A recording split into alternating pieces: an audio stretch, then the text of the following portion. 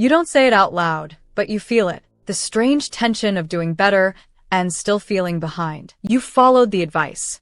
You made practical choices. You may even earn more than you once did. Yet the sense of progress never settles.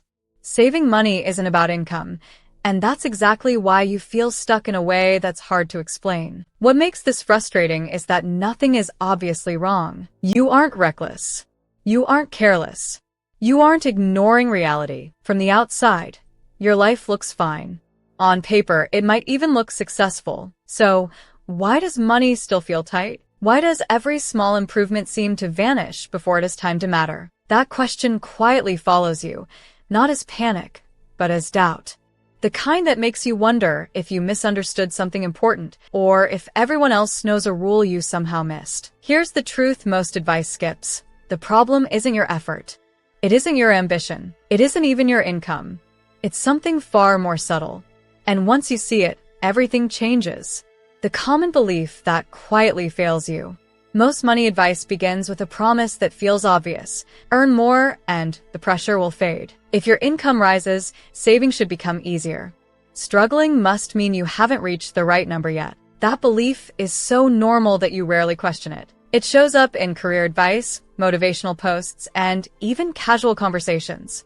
More income is framed as the finish line.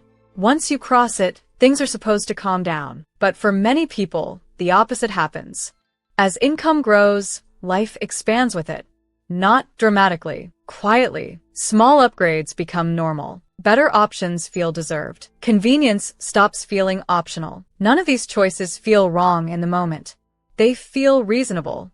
So when saving doesn't improve, you turn inward. You assume you're missing discipline or making hidden mistakes. You try harder. You track more. You stress more.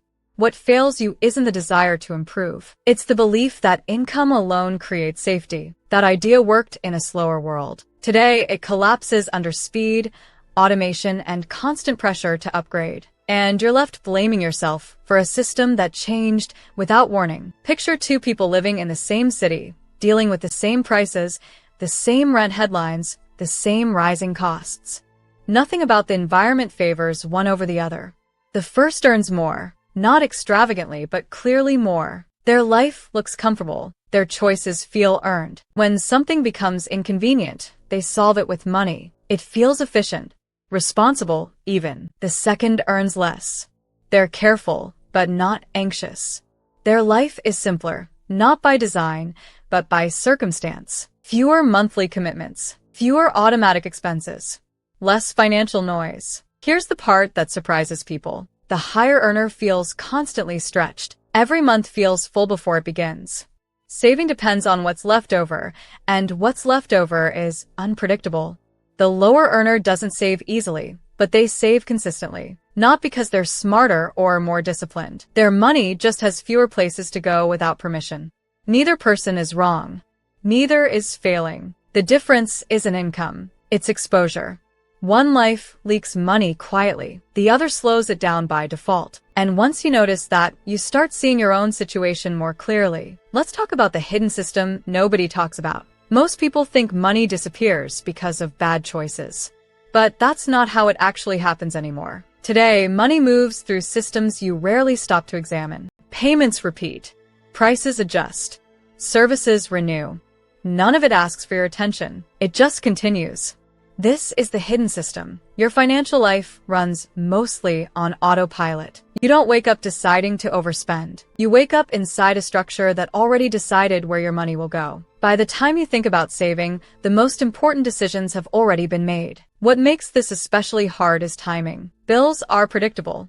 Life isn't. So saving becomes the flexible part, the thing that absorbs every surprise, delay, or emotional moment. And the world around you pushes in the same direction. Convenience is praised. Speed is rewarded. Everything is designed to remove friction, not add it. Spending gets easier while saving stays effort-based. This creates a quiet imbalance.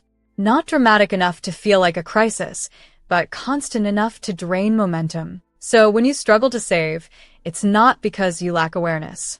It's because awareness isn't enough to fight automation. The system doesn't respond to good intentions.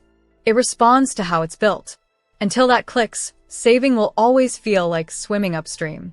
Not long ago, money felt heavier. You noticed it moving. Fewer expenses repeated automatically. Payments had edges. Choices took effort. When you spent, you felt it, and that feeling created natural limits. Saving wasn't easy, but it was clearer. Over time, that friction disappeared. Financial tools became smoother. Subscriptions replaced one-time purchases. Prices adjusted quietly instead of announcing themselves. What used to be a decision became a setting. This shift didn't happen overnight, which is why it's easy to miss. Advice stayed the same while the environment changed. Rules designed for a slower system were handed to a faster one. So when saving feels harder now, it's not because you became worse with money. It's because money became easier to lose without noticing. Understanding that difference matters.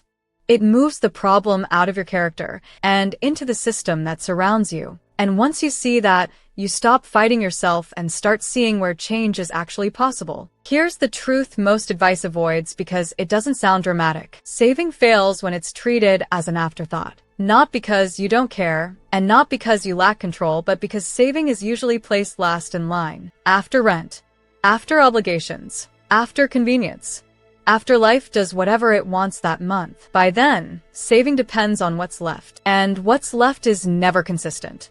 This is the real reason you struggle. Not income, not effort, not motivation. Your money is already committed before saving even gets a chance. What actually decides your financial future isn't the big decisions you think about. It's the quiet ones you made once and never revisited. The defaults that run every month without asking for permission again. When spending happens automatically and saving requires intention, the outcome is predictable. Intention loses to automation. People who save aren't stronger than you. They don't wake up more disciplined. Their money simply moves in a different order. Once you see this, the struggle starts to make sense. And when something makes sense, it stops feeling like a personal failure and starts feeling like a design problem, one that can be changed. Let me tell you about the new way to think about money, not a budget. Most people approach money like a test of self-control. Resist this. Avoid that. Try harder next month. That mindset is exhausting and unnecessary. A better way to think about money is to treat it like a system you shape, not a temptation you fight. The goal isn't restriction. It's alignment. Instead of asking, how do I spend less? Ask, what does my money do without me thinking about it? This shift changes everything. When your financial life has fewer automatic drains and clearer priorities, saving stops feeling like punishment. It becomes quiet, almost boring. And that's a good thing. This isn't about spreadsheets or strict rules. It's about reducing decisions, removing friction from saving and adding it to spending that doesn't matter to you. When money flows in a direction you actually chose, stress fades. Not because you suddenly have more, but because you're no longer surprised by where it goes. That's the moment money stops feeling chaotic and starts feeling supportive. There's one question that quietly shifts your entire relationship with money. Not how much you earn, not how much you spend, but this: what is my money doing when I'm not paying attention? That question moves the focus away from guilt and toward awareness. It stops the cycle of trying harder and feeling disappointed. Instead, it invites you to observe. Look at the patterns, not the moments. The repeats, not the exceptions. The things that happen every month, whether you're ready or not. When you ask this honestly, answers surface without force. You start noticing where money flows automatically and where it never gets a chance to stay. That awareness is powerful. Not because it demands action right away, but because it gives you leverage. And leverage, not pressure, is what creates lasting change. Nothing about your life has to change overnight. You can earn the same income, live in the same place, carry the same responsibilities, but feel completely different about money. That shift begins when you stop treating saving as a test you keep failing and start seeing it as a system that was never built in your favor. Saving money isn't about income. It's about what your life quietly asks your money to do. Once you understand that, frustration turns into clarity. Pressure softens into direction. Progress stops feeling random and starts feeling intentional. You're not behind. You're not broken. You're simply seeing the real problem clearly for the first time. And clarity, more than income, is what actually changes everything. Now, if you want to learn how to achieve financial success, then watch this video next.